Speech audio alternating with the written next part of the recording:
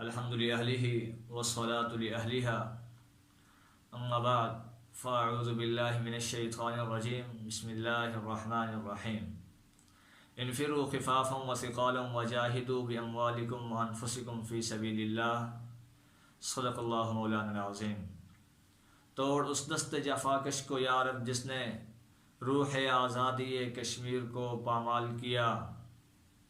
کشمیر وہ جنت نظیر، وہ خطہ دلگیر، وہ بلند و بالا برف پوش پہاڑوں کا علاقہ جہاں پربتوں اور جھرمٹوں سے پانی اترتا ہے، جہاں کے چشمے پھوٹتے ہیں وہاں کے چشمے میٹھے ہیں، جہاں پربتوں سے پانی بکھرتا ہے وہ جنت نظیر علاقہ ہے۔ اسے دنیا میں جنت کا نظارہ پیش کرنے والی سرزمین کہا جاتا ہے، مگر افسوس کہ وہ کشمیر اغیار کے شکنجے میں ہے، اور 2-4 برس کی بات نہیں بلکہ مدت تھائے دراز سے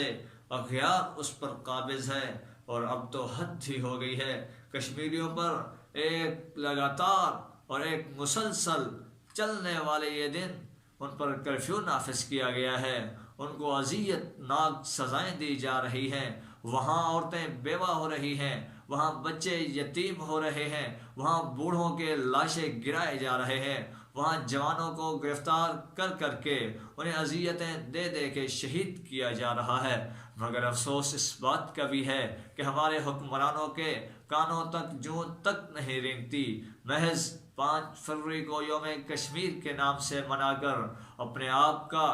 حق ادا کر دینا سمجھ لیتے ہیں کہ گویا انہوں نے بہت بڑا احسان کر دیا کشمیریوں پر، حالانکہ ایسا نہیں ہے، بلکہ کشمیری بھی کہتے ہیں کہ مجھے سہارا بنانے والوں میں لڑ کھڑایا تو کیا کرو گے، اس سے پہلے ہے کہ کچھ اپنے دل پر بھی زخم کھاؤ، میرے لہو کی بہار کب تک میں لڑ کھڑایا بھی تو کیا کرو گے۔ عزیزان محترم، ہمارے حکمران، ہمارا یہ مقتدر طبقہ کشمیریوں کے خون کے ساتھ ناانصافی کر رہا ہے، مگر یاد رکھیے وہ دن دور نہیں جب کشمیری اس تگ و دو، اس کوشش، اس جد و جہد، اس جہاد اور اس جنگ کے بعد انشاءاللہ العزیز آزاد ہوں گے اور پاکستان کا حصہ بنیں گے۔ کشمیری آج بھی یہی نعرہ لگا رہے ہیں کہ ہم کیا چاہتے، آزادی ہم لے کے رہیں گے، آزادی یہ کیسے نہ دیں گے، آزادی ان کا باپ بھی دے گا، آزادی انشاءاللہ العزیز کشمیری آزاد ہوں گے اور پاکستان کا حصہ بنیں گے۔ والسلام۔